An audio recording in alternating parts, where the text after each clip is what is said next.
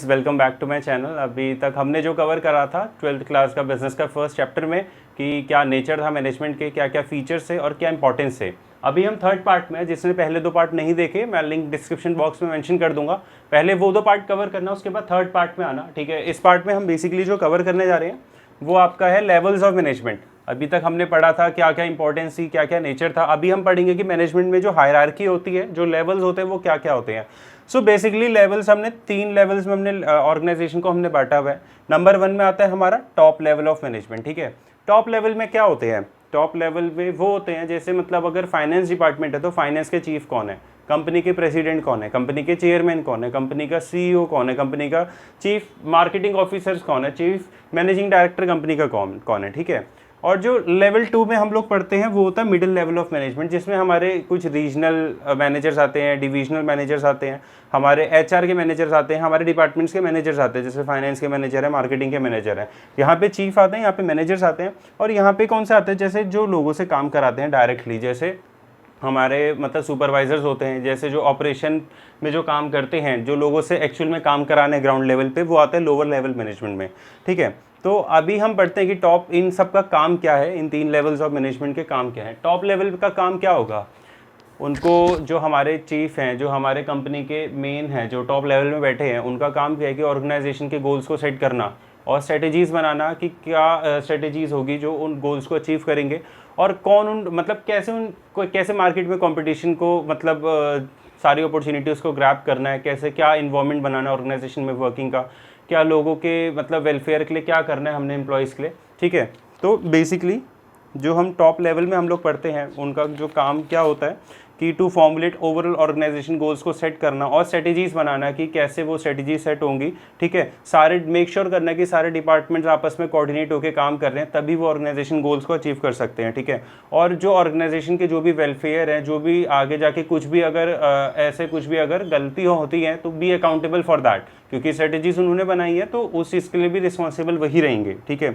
और business environment को analyse करना और सारी चीज़ों के लिए रिस्पॉन्सिबल होना। और दूसरी चीज़ क्या है कि जैसे ये लोग काम तभी करेंगे जब मैनेजमेंट उनको प्रॉपर सारी चीज़ें प्रोवाइड कराएगी, जैसे मशीन टूल वूल, तो उन चीज़ का भी मेक श्योर करना कि लोअर लेवल में सारी चीज़ें पहुँच रही है, ठीक है। अगर ऑर्गेनाइजेशन उन्हें काम करने के लिए मशीन ही नहीं देगी तो प्रोडक्शन तो हो ही नहीं सकती, ठीक है। तो ये काम हो गया हमारे टॉप लेवल ऑफ मैनेजमेंट का। मिडिल लेवल ऑफ मैनेजमेंट में जैसे हमने डिस्कस करा था, इसमें आते हैं हमारे मैनेजर्स, जैसे HR manager, marketing, finance, operation, plant, divisional, regional, हमारे जो मैनेजर्स आते हैं, ठीक है। इनका काम क्या होता है, जो टॉप लेवल ने जो भी हमारी पॉलिसीज़ बनाई है उसको लोअर लेवल तक पहुँचाना, ठीक है। और सारे पूरे ऑर्गेनाइजेशन को मतलब अपने अपने डिपार्टमेंट्स में मेक श्योर करना कि नेसेसरी जितने भी रिक्वायर्ड नंबर ऑफ एम्प्लॉयज़ आपको चाहिए वो आपके डिपार्टमेंट्स में हैं, ठीक है। और अपने डिपार्टमेंट्स को आप मोटिवेट करके चलना और बाकी डिपार्टमेंट्स के साथ कोऑर्डिनेट करके चलना, ठीक है।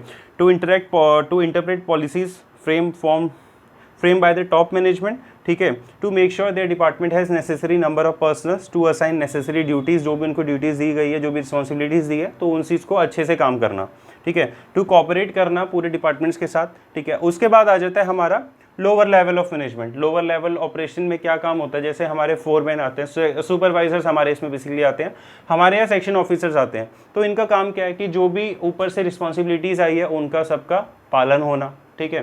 सारे जितने भी आपको जो कम से कम आप प्रोडक्शन में कम से कम आप उसमें खर्चा करो, कॉस्ट आप अपने कंपनी की बचाओ, जो भी प्रोडक्शन में आपका कॉस्ट होता है जितना आपके एंड में पॉसिबल है, और क्वालिटी आपको मेंटेन करके चलनी है।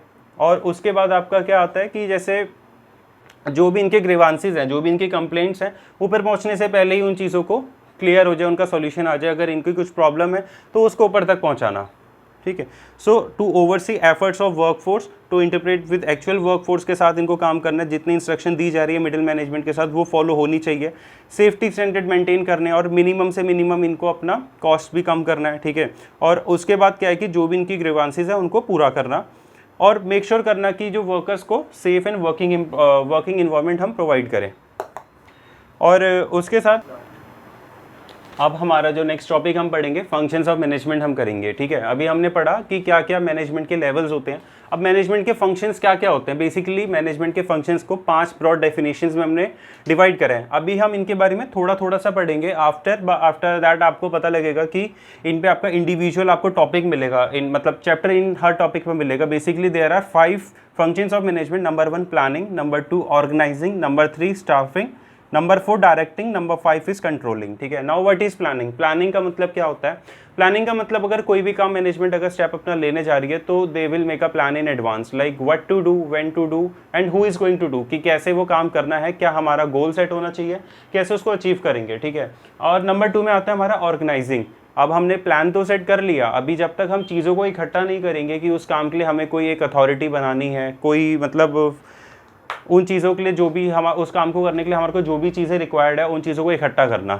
ठीक है, it is a management function of assigning duties, grouping task, जो भी हमारे को जो भी काम है उसको इकट्ठा करना, जो भी रिसोर्सेज है उनको इकट्ठा करना, जो भी ऑर्गेनाइजेशन जो भी हमको उसके लिए स्टैब्लिशिंग अथॉरिटी हमें बनानी है वो हमें बनाना। स्टाफिंग का मतलब क्या होता है। स्टाफिंग का बेसिकली मतलब होता है कि जो काम करना है उसके लिए हमें राइट जो एम्प्लॉय है उसको हम रिक्रूट करें, और एक सही मतलब जो स्किल सेट, जो काम में जो स्किल सेट चाहिए उसी स्किल सेट का बंदा हमारे पास चाहिए। अगर मेरे पास काम है कि मेरे को एक्सेल में बिल बनवाने हैं तो मैं उसी बंदे को रिक्रूट करूँगा जिसको एक्सेल चलाना आता होगा।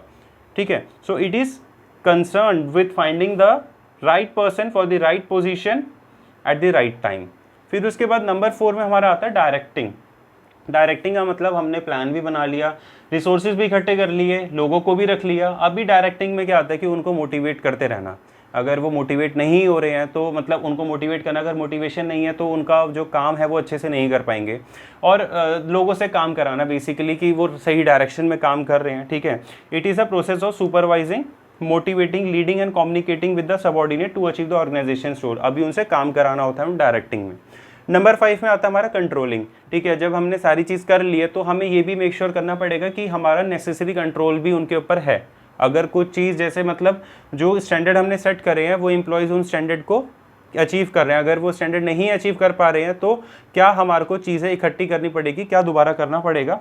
ठीक है, it involves in establishing standard of performance, measuring current performance, comparing it with establish standard. ठीक है, अगर कुछ गलतियां होती हैं तो वहाँ पे कुछ एक नेसेसरी स्टेप्स को लेना। तो बेसिकली अभी हमारा जो पार्ट 3 है वो ओवर हो गया। उसके बाद हम आगे कोऑर्डिनेशन करेंगे, जो भी नेचर एंड फीचर्स हैं, बाकी जो बचे हुए हैं चैप्टर, रिमेनिंग चैप्टर हम कवर करेंगे। एक और टॉपिक इसमें बनेगा, एक और पार्ट उसमें बनेगा।